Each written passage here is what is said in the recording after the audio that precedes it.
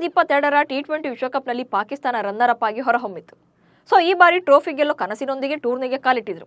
ಆದರೆ ಸೂಪರ್ 8ಗೂ ಕೂಡ ಸೆಲೆಕ್ಟ್ ಆಗದೆ ಲೀಗ್ ಹಂತದಲ್ಲೇ ಟೂರ್ನಿಯಿಂದ ಗೇಟ್ ಪಾಸ್ ಪಡೆದಿದ್ದಾರೆ. ಗೆಲ್ಲಬೇಕಿದ್ದ ಮ್ಯಾಚ್ಗಳನ್ನೇ ಕೈಚೆಲ್ಲಿಕೊಂಡಿದ್ದು ಭಾರಿ ಟೀಕೆಗೆ ಗುರಿಯಾಗಿದೆ. ದೈತ್ಯ ಬೌಲಿಂಗ್ ಪಡೆಯನ್ನು ಹೊಂದಿದ್ರೂ ಕೂಡ ಟಿ20 ವಿಶ್ವಕಪ್ನಲ್ಲಿ ಪಾಕಿಸ್ತಾನ ತಂಡ ಲೀಗ್ ಹಂತದಲ್ಲಿ ಹೊರಬಿದ್ದಿರೋದು ಆಕ್ರೋಶಕ್ಕೆ ಕಾರಣವಾಗಿದೆ. ಜೊತೆಗೆ ಹಿರಿಯ ಆಟಗಾರರ ಕಳಪೆ ಪ್ರದರ್ಶನ, ಮುಸುಕಿನ ಗುದ್ದಾಟ ಇಡೀ ತಂಡವನ್ನೇ ಬಲಿ ಪಡೆದಿದೆ. ಇದೆಲ್ಲ ಮನಗಂಡಿರುವ ಪಾಕ್ ಕ್ರಿಕೆಟ್ ಮಂಡಳಿ ತಂಡಕ್ಕೆ ಸರ್ಜರಿ ಮಾಡಲು ಮಾಸ್ಟರ್ ಪ್ಲಾನ್ ಅನ್ನು ಮಾಡಿಕೊಂಡಿದೆ. ಅದರಲ್ಲೂ ತಂಡದ ಕ್ಯಾಪ್ಟನ್ ಬಾಬರ್ ಅಜಮ್ ವಿರುದ್ಧ ಪಾಕ್ ಕ್ರಿಕೆಟ್ ಫ್ಯಾನ್ಸ್ ಹಾಗೆ ಮಾಜಿ ಆಟಗಾರರು ರೊಚ್ಚಿಗೆದ್ದಿದ್ದಾರೆ. ವಿಶ್ವಕಪ್ ಆತಿಥ್ಯ ವಹಿಸಿರುವ ಕ್ರಿಕೆಟ್ ಶಿಶು ಅಮೆರಿಕದ ಎದುರು ಸೂಪರ್ ಓವರ್ನಲ್ಲಿ ಪಾಕಿಸ್ತಾನ ಹೀನಾಯವಾಗಿ ಸೋಲು ಕಂಡಿತ್ತು. ಬಲಿಷ್ಠ ಬೌಲಿಂಗ್ ಪಡೆಯನ್ನು ಹೊಂದಿದ್ರೂ ಕೂಡ ತಂಡ ಕಳಪೆ ಆಟವಾಡಿದ್ದು ಅಸಮಾಧಾನಕ್ಕೆ ಕಾರಣವಾಗಿದೆ. ಆದರೆ ಇಲ್ಲಿ ತಂಡ ಸೋಲೋಕೆ ಬೇರೆಯದ್ದು ಇನ್ನೊಂದು ಕೂಡ ಕಾರಣ ಇದೆ. ಅಸಲಿಗೆ ಟಿ20 ವಿಶ್ವಕಪ್ಗೂ ಮುನ್ನ ಬಾಬರ್ ಅಜಮ್ ಅವರನ್ನ ಪಾಕಿಸ್ತಾನ ಟೀಮ್ ಕ್ಯಾಪ್ಟನ್ ಮಾಡಲಾಗಿತ್ತು. ನಾಯಕನಾಗಿ ಪುನರಾಗಮನದ ನಂತರ ಬಾಬರ್ ಅಜಮ್ ಮುಂದೆ ತಂಡವನ್ನು ಒಗ್ಗೂಡಿಸುವುದೇ ದೊಡ್ಡ ಸವಾಲಾಗಿತ್ತು. ನಾಯಕ ಸ್ಥಾನದಿಂದ ಕೈಬಿಟ್ಟಿದ್ದಕ್ಕೆ ವೇಗಿ ಶಾಹೀನ್ ಶಾ ಅಫ್ರಿದಿ ತೀವ್ರ ಅಸಮಾಧಾನಗೊಂಡಿದ್ರು. ಅಲ್ಲದೆ ತಮ್ಮನ್ನ ನಾಯಕತ್ವಕ್ಕೆ ಪರಿಗಣಿಸದೇ ಇರೋದಕ್ಕೆ ಮೊಹಮ್ಮದ್ ರಿಜ್ವಾನ್ಗೂ ಕೂಡ ಬೇಸರ ತರಿಸಿತ್ತು. ಇದೇ ಕಾರಣಕ್ಕೆ ತಂಡದಲ್ಲಿ ಯಾವುದೂ ಸರಿ ಹೋಗದೆ ತಾಳಮೇಳ ತಪ್ಪಿಸಿತ್ತು.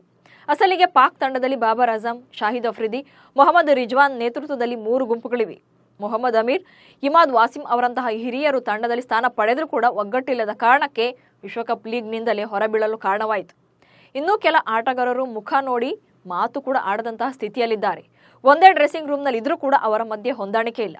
ಇದನ್ನು ಸರಿಪಡಿಸೋಕೆ ನಾಯಕ ಬಾಬರ್ ಅಜಮ್ ಒದ್ದಾಡಿದ್ದೇ ಬಂತು. ಬಟ್ ಯಾವುದೇ ಲಾಭನೇ ಆಗಲಿಲ್ಲ. ಕ್ರಿಕೆಟ್ ಮಂಡಳಿ ಅಧ್ಯಕ್ಷ ಮೊಯ್ಸಿನ್ ನಖ್ವಿ, ರಾಷ್ಟ್ರೀಯ ಆಯ್ಕೆಗಾರ ವಹಾಬ್ ರಿಯಾಜ್ ಎಲ್ಲ ಆಟಗಾರರ ಜೊತೆ ಸಭೆ ನಡೆಸಿ ಮಾತುಕತೆ ಕೂಡ ನಡೆಸಿದರು. ತಂಡದ ಯಶಸ್ಸಿಗಾಗಿ ಒಟ್ಟಾಗಿ ಶ್ರಮಿಸಿ ಎಂದು ಬುದ್ಧಿವಾದ ಕೂಡ ಹೇಳಿದರು. ಆದರೆ ವೈಯಕ್ತಿಕ ಪ್ರತಿಷ್ಠೆಯನ್ನು ಯಾರೂ ಬಿಡದೆ ಇಡೀ ತಂಡಕ್ಕೆ ಮುಳುವಾಯಿತು. ವಿಶ್ವಕಪ್ನಲ್ಲಿ ಹೀನಾಯ ಸೋಲಿನ ಬಳಿಕ ಕ್ರಿಕೆಟ್ ಮಂಡಳಿಯು ತಂಡದಲ್ಲಿ ಮಹತ್ತರ ಬದಲಾವಣೆ ಮಾಡಲು ಮುಂದಾಗಿದೆ. ಆಟಗಾರರ ಮೌಲ್ಯಮಾಪನ ಮಾಡಿ ಅವರನ್ನು ತಂಡದಲ್ಲಿ ಮುಂದುವರಿಸಬೇಕಾ ಅಥವಾ ಬೇಡವಾ ಎಂಬ ಬಗ್ಗೆ ನಿರ್ಧಾರ ತೆಗೆದುಕೊಳ್ಳೋಕೆ ಮುಂದಾಗಿದೆ. ಜೊತೆಗೆ ರಾಷ್ಟ್ರೀಯ ಗುತ್ತಿಗೆ ಪಟ್ಟಿಯಲ್ಲೂ ಕೂಡ ಬದಲಾವಣೆಯಾಗಲಿದೆ ಎಂದು ತಿಳಿದು ಬಂದಿದೆ. ಇನ್ನು ಟಿ20 ವಿಶ್ವಕಪ್ನಲ್ಲಿ ಬಾಬರ್ ಅಜಮ್ ಅವರ ಬ್ಯಾಟಿಂಗ್ ಬಗ್ಗೆ ಪ್ರತಿಕ್ರಿಯೆ ನೀಡಿರುವ ಶಾಹಿದ್ ಅಫ್ರಿದಿ, ಪಾಕ್ ನಾಯಕ ಸದಾ ವಿರಾಟ್ ಕೊಹ್ಲಿ ರೀತಿ ಪಂದ್ಯ ಗೆಲ್ಲಿಸುವ ಪ್ರದರ್ಶನ ನೀಡಬೇಕೆಂದು ಸಲಹೆ ನೀಡಿದ್ದಾರೆ. ಬಾಬರ್ ಅಜಮ್ ಅವರ ವೈಯಕ್ತಿಕ ಪ್ರದರ್ಶನ ಉತ್ತಮವಾಗಿದೆ. ಆದರೆ ಆತ ಐಸಿಸಿ ವಿಶ್ವಕಪ್ ಟೂರ್ನಿಗಳಲ್ಲಿ ಉತ್ತಮ ಆಟವನ್ನು ಪ್ರದರ್ಶಿಸುವಲ್ಲಿ ಎಡವಿದ್ದಾರೆ ಎಂಬುದು ನಿಜ ಎಂದಿದ್ದಾರೆ. ಅಸಲಿಗೆ ಪಾಕ್ ಪಾಲಿಗೆ ಬಾಬರ್ ಒಬ್ಬ ಉತ್ತಮ ಆಟಗಾರ. ಅಂತಾರಾಷ್ಟ್ರೀಯ ಟಿ20 ಮಾದರಿ ಕ್ರಿಕೆಟ್ನಲ್ಲಿ ಅತಿ ಹೆಚ್ಚು ರನ್ ಗಳಿಸಿದ ಬ್ಯಾಟರ್ ಎಂಬ ದಾಖಲೆಯನ್ನ ಬಾಬರ್ ನಿರ್ಮಿಸಿದ್ದಾರೆ.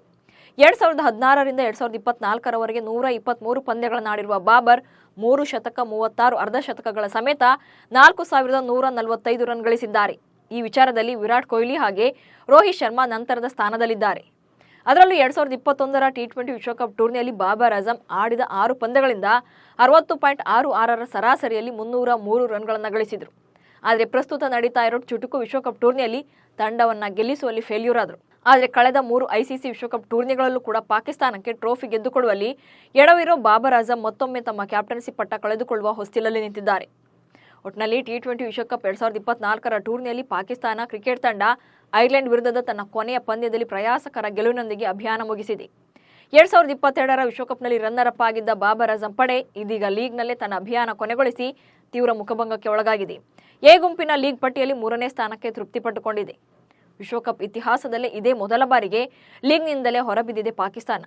ವಿಶ್ವಕಪ್ ಟೂರ್ನಿಯಿಂದ ಪಾಕ್ ಹೊರಬಿದ್ದ ಬಳಿಕ ತಂಡದಲ್ಲಿ ಮೇಜರ್ ಸರ್ಜರಿ ಆಗೋದಂತೂ ಕನ್ಫರ್ಮ್ ಆಗಿದೆ. 2ನೇ ಬಾರಿಗೆ ತಂಡದ ನಾಯಕತ್ವವನ್ನು ವಹಿಸಿಕೊಂಡಿದ್ದ ಬಾಬರ್ ಅಜಮ್ ಕತೆ ಏನಾಗಲಿದೆ ಎಂಬುದು ದೊಡ್ಡ ಪ್ರಶ್ನೆಯಾಗಿದೆ.